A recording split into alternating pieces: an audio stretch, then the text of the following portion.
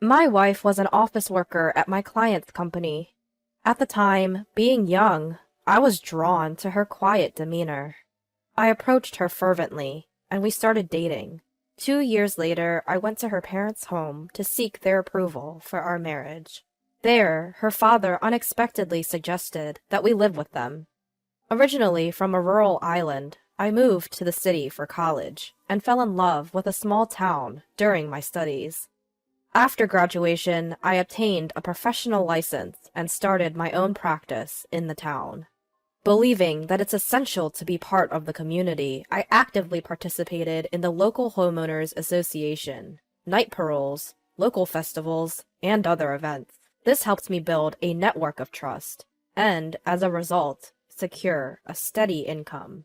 It was only because my earning had become stable that I could muster the courage to marry my wife. Therefore, even though my in-laws' place is only an hour and a half away by train, I couldn't leave here, where I was working. Despite explaining this multiple times, my father-in-law persistently pushed us to move in with them. Being a former civil servant, he started saying that he could use his connections to help me find a job.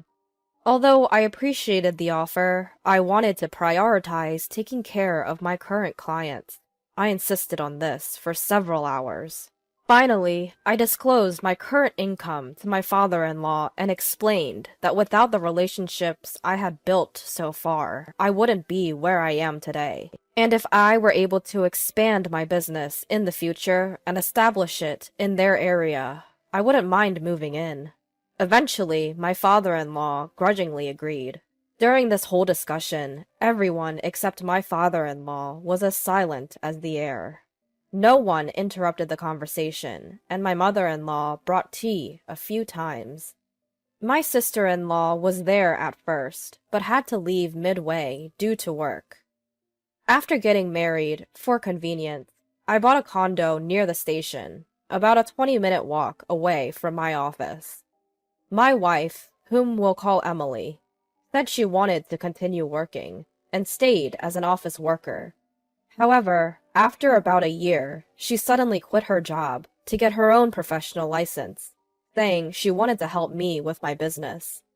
The exam was tough, but I could see her determination, and I thought it would be better if we could do it as a couple, so I agreed and let her attend a vocational school. However, she almost abandoned household chores while she was studying. Although I let that slide, our relationship temporarily turned tense. Within less than a year, Emily struggled to keep up with her classes and became a stay-at-home wife. She seemed calmer than when she was studying, and our relationship became better again. At one point, I thought it was a marital crisis, so I expressed my love for Emily even more and worked harder.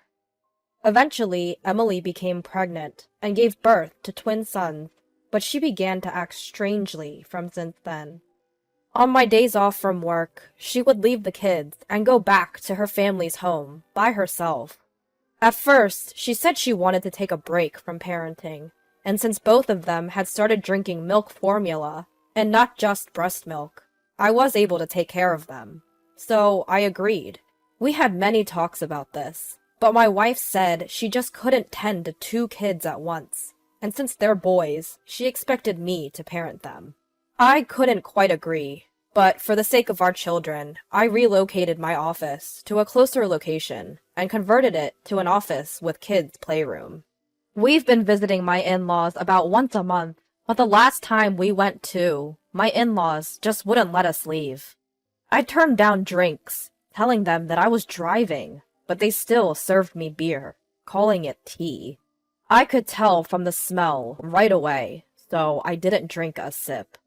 By the time our children were 3 to 4 years old, they weren't attached to Emily at all and stuck to me instead. Eventually, Emily began to visit my in-laws, even on weekdays, and at times she would even spend a week or 2 at their place and not come back. When it started to interfere with my work, I consulted with Emily's family, but the talks with Emily's mother didn't go anywhere because Emily herself wanted to be there. Emily's father didn't answer the phone, so when Emily hadn't come back for a week, I decided to leave my children at daycare and went to my in-laws' place. When I got to their place, I could hear a loud argument even from outside.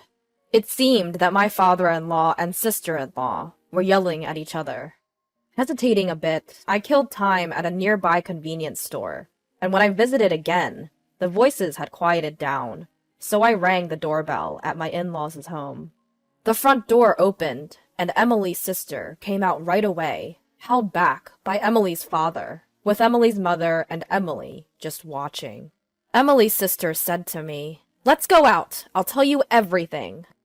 To which my father-in-law said to me, "What are you talking about? Come in quickly!" However, Emily's sister and my father-in-law were having a fierce argument at the entrance, so I couldn't enter their place. During a heated argument, it seems a neighbor called the cops, and the police arrived to cool things down. We ended up talking at their place. According to my father-in-law, "Emily constantly being at her parents' house is your fault. Don't listen to your sister-in-law, Susan. She's crazy." But Susan snickered and said, "You've been deceiving Frank from the start, haven't you?" But every time Susan tried to talk, my father-in-law would interrupt and make a fuss, so we couldn't really have a proper conversation. Even when I tried to get Emily to join in, she remained silent. This was going nowhere, so I asked to talk to everyone individually on a later date. To this, my father-in-law made an unbelievable accusation. "You're planning to have an affair with Susan, aren't you?" Upon hearing this, Susan stood up and said, "Fine, that's enough. I'm leaving this house. Be prepared to cut ties with me." Then she walked out of the room. No one else followed her, but I followed her to the door. Susan, with a serious look on her face, handed me a small envelope and urged me to go back inside. After tucking the envelope inside my jacket, I went back to the room where my father-in-law began again. "Looks suspicious, ain't it? You better move in here quickly." I myself was running out of time, and I had to pick up my kids, so I calmly said, "We've already discussed this before we got married. I don't have Susan's number, and I only meet her here. It's getting late, so I'm taking Emily home today."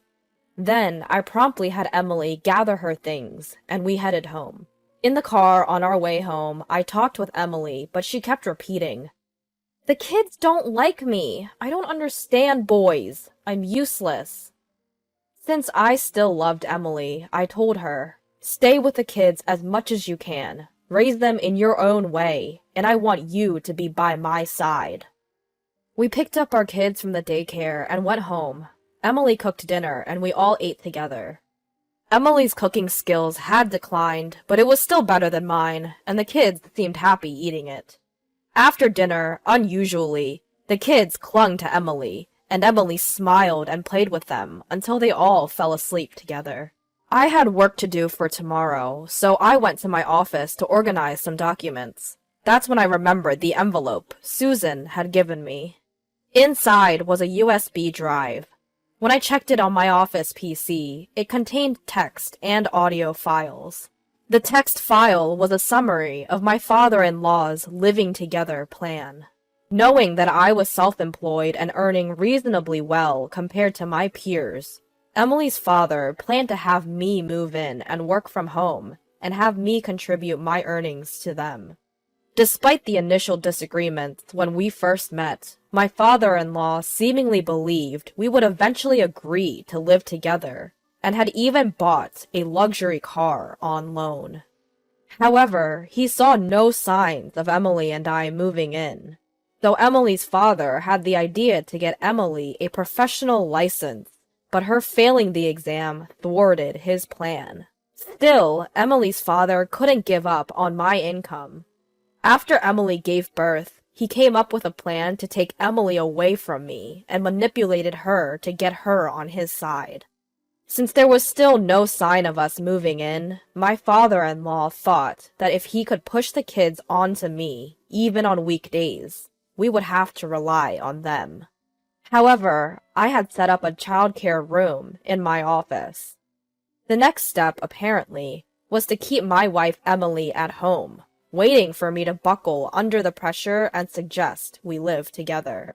The voice file recorded my father-in-law bragging to Emily, Emily's mother, and Emily's sister about the plan, as well as insults towards me and Emily when things went wrong. Emily's mother accepting this, Emily agreeing, and threatened to Emily's sister when she tried to intervene.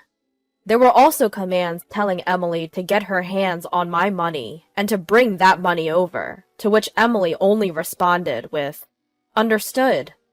But Emily's sister's opposition was also recorded.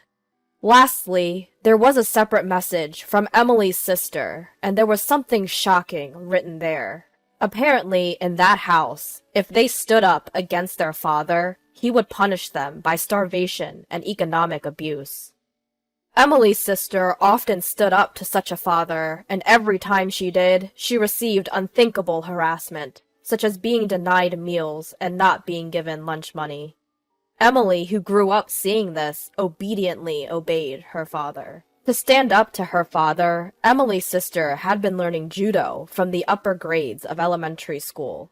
Of course, Emily's father didn't provide the money, but because she was good at it, a police officer relative allowed her to go to the police station dojo. When Emily's sister was in her first year of high school, she was almost assaulted by Emily's father, of course, in a sexual way. But Emily's sister, who had been training, fended off Emily's father, and it seems there was never another attack after that. However, the way Emily's father looked at and behaved towards Emily was strange, so Emily's sister suggested Emily learn judo as well. But Emily gave up as her parents were against it. After graduating high school, Emily's sister got a job and saved as much money as possible. The plan was to eventually take Emily and run away from their parents' house. But Emily, who was raised too obediently, didn't know how to stand up for herself. I have a feeling Emily's been assaulted by my father-in-law when she was in high school, but there's no evidence. When Susan was at home, Emily would cling to her. So when Emily one day told her sister that she had someone she liked and had been asked out, Susan was truly surprised. At first, Susan would secretly watch them on dates. If he turned out to be a weird guy, she was ready to rescue Emily right away. When my father-in-law proposed the cohabitation plan, she thought I would be all right because I had strongly refused. But after seeing Emily's father's obsession, Emily's sister thought it would be best to leave some evidence for the future. Now, Emily might be assaulted by our father, Susan felt, and she wants me to help Emily as soon as possible. She is sure she can protect herself, so she only wants me to worry about Emily. If I still couldn't trust her, she had written instructions to call her work number from a public phone using an alias. Although I did trust her, I had some questions and needed to confirm a few things, so I called a few days later. Susan provided a few more details. The reason she told me to call from a public phone with an alias was because she suspected there might already be a wiretap in the office. The alias was also taken into account in case I didn't call from a public phone. And then I was told to take a moment, gather my thoughts, and get back in touch once I was ready. Emily stopped mentioning wanting to go back to her parents' home and started staying at our place. We started having little conversations, gradually, bit by bit. A week after the upheaval, I came home to find Emily and our sons genuinely laughing together. It was the first time I'd seen a smile on Emily's face. I couldn't help but burst into tears. That night, Emily made a confession. She opened up about her past, her inability to defy her father, how her sister had always been there to protect her, and the times she was assaulted. Her sister shielded her whenever she was around, but her father took advantage of the times when she wasn't. She had believed that she couldn't defy her father. She was scared of men, but strangely enough, I was an exception. When I confessed my feelings to her, she was genuinely happy, albeit with complex emotions. But with the support of Emily's sister, she was truly happy to be in a relationship. Around that time, her father was often out of town due to work, so there were fewer opportunities for him to assault her. However, when his assignment ended and he returned home, it was pure terror for Emily. When I proposed to her during this time, she felt like she had no choice but to cling to me. She was taken aback when her father suggested that we live together during our first meeting, but she decided to follow me when I strongly objected. Our marriage was a bliss, until her father insisted that she get a certification. He even threatened to reveal her past to me if she didn't comply. She had no choice but to comply, so she tried her best, but it wasn't enough. Still, she was relieved that she didn't have to go back to her parents' home. Life with me was simply delightful. She was genuinely happy when she became pregnant and we had twins. Initially, Emily's father seemed fond of his grandchildren, which put us at ease. We thought he had changed. But Emily's father hadn't changed after all. He began to separate Emily from me and our children. She was yelled at, threatened, and forced to return every weekend. Eventually, Susan moved back to her parents' home, probably to protect Emily. Then Emily was told to abandon childcare and household chores on weekdays and dump the kids on me. As she obeyed from being threatened as usual, I set up a daycare room in my office. She said she had never felt such despair. Even though she blamed herself, to her it seemed as if even I was trying to distance myself from her children. And then one day, my father-in-law assaulted her. Despite placing a large package in front of the door and doing her best to defend, it was in vain. Just when she was about to give up, Susan, who had sensed something was wrong, entered the room. From then on, my wife had Susan stay in the same room, and she somehow managed to protect herself. The day I went to the scene of a quarrel between my father-in-law and Susan, it seemed her sister was urging her father to release Emily already. Of course, her father got angry, and a fight ensued. And then I showed up. When we got home that day, she was overwhelmed with my accepting kindness, and at the same time sensed that I had heard something from Susan. She was grateful to be accepted for who she is, and for our sons who always enjoyed the meals she cooked. Many times she found herself crying in secret. She sincerely wished to always stay here. We spent all night talking and crying together. When our boys woke up the next morning, they seemed shocked, saying, "Dad, don't bully Mom!" Emily started crying all over again, and I joined her. Our sons didn't understand and ended up crying too. We explained that we weren't fighting, but we were just deeply moved. We took the day off work that day and spent a relaxing time as a family. Then I made up my mind and contacted Susan. Surprisingly, all I had to do afterward was leave everything to her. She had not only learned about my father-in-law's unreasonable plans to live with us, but also had evidence of his embezzlement at work. She reported it, and he was arrested. It was reported in the local section of the national newspapers, which eventually led to Emily's parents getting divorced. Thanks to the lawyer that Susan hired, Emily's mother got a hefty amount of alimony and went back to her hometown. Emily's father did not go to prison, but lost everything. At first, he tried to rely on relatives, but nobody would help him when he demanded assistance with his condescending attitude. As a result, he seems to have retreated to some rural area. After that, Emily, the kids, and I lived peacefully. I think we were a very close-knit family, but unfortunately, our happiness only lasted a few years. Emily passed away in an accident. I was devastated for a while, but with the support of those around me, I managed to pull myself together after about a year.